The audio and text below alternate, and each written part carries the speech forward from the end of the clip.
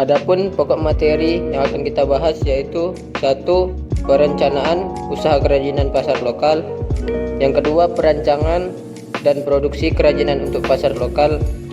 Yang ketiga, menghitung harga jual produk kerajinan untuk pasar lokal. Yang keempat, media promosi produk kerajinan untuk pasar lokal. Dan yang kelima, penjualan sistem konsinya produk kerajinan untuk pasar lokal. Perencanaan usaha kerajinan pasar lokal.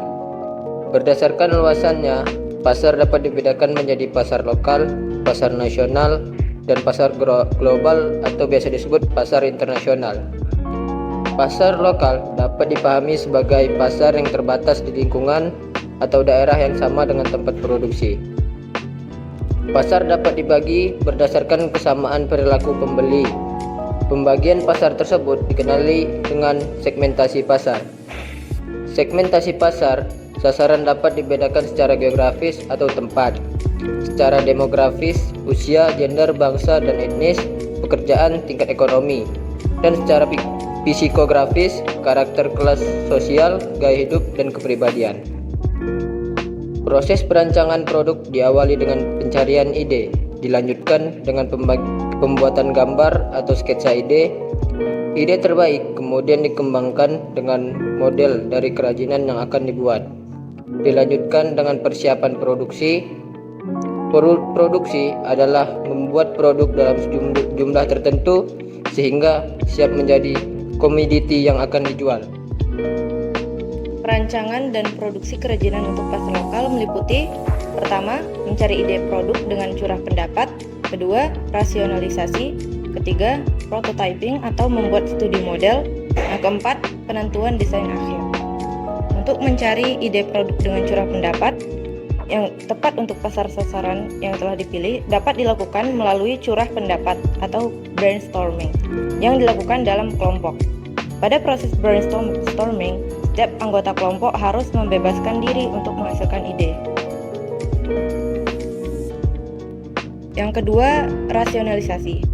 Rasionalisasi adalah proses mengevaluasi ide-ide yang muncul dengan beberapa pertimbangan teknis. Di antaranya, bagaimana cara membuat produk tersebut, bagaimana cara menggunakan produk tersebut, apakah material yang ada sudah tepat untuk mewujudkannya, apakah memungkinkan untuk diproduksi dengan teknik produksi yang ada saat ini, bagaimana porsi dan ukuran yang sesuai untuk produk tersebut agar mudah digunakan oleh manusia, dan pertanyaan-pertanyaan lainnya. Yang ketiga, prototyping atau membuat studi model.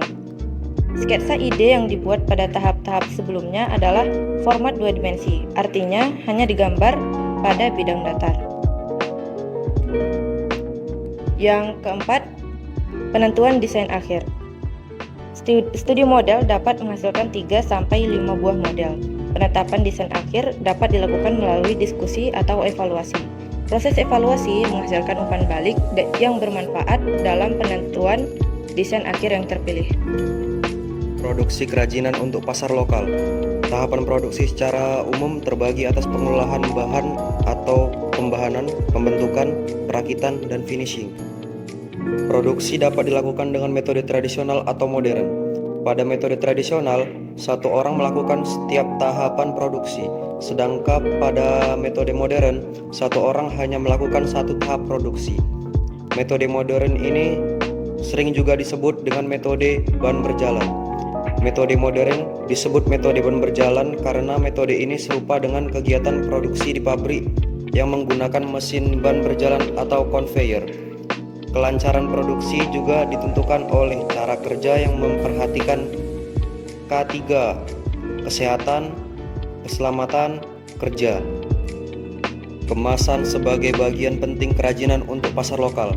Kemasan produk kerajinan berfungsi untuk melindungi produk dari benturan dan cuaca, serta memberikan kemudahan membawa. Kemasan juga berfungsi untuk menambah daya tarik dan sebagai identitas atau brand dari produk tersebut. Perhitungan harga jual produk kerajinan untuk pasar lokal. Harga jual produk adalah sejumlah harga yang dibebankan kepada konsumen yang dihitung dari biaya produksi dan biaya lain di luar produksi seperti biaya distribusi dan promosi. Adapun unsur biaya produksi yaitu biaya bahan baku, biaya overhead, biaya tenaga kerja. Selanjutnya metode perhitungan harga pokok produksi. Yang pertama, biaya tenaga kerja, yang kedua biaya bahan baku. Yang terakhir, metode penetapan harga produk secara teori, yaitu pendekatan permintaan dan penawaran, pendekatan biaya, pendekatan pasar, dan penjualan sistem konsinyasi. Media promosi produk kerajinan untuk pasar lokal. Promosi merupakan salah satu strategi pemasaran. Strategi pemasaran produk memanfaatkan bauran dari strategi produk, flash, price, dan promotion atau pula dikenal dengan sebutan 4P. Tujuan promosi adalah untuk mengenalkan produk kepada calon pembeli dan membuat pembeli membeli produk. Promosi yang tepat akan diikuti oleh 4 bentuk respon dari calon pembeli. Yang pertama, ketertarikan. Kedua, keinginan.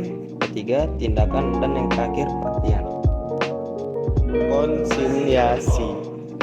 Konsinyasi adalah sistem penjualan dengan cara titip jual dari pemilik produk sebagai supplier kepada penjual atau pemilik toko dengan beberapa syarat dan ketentuan yang telah disepakati bersama.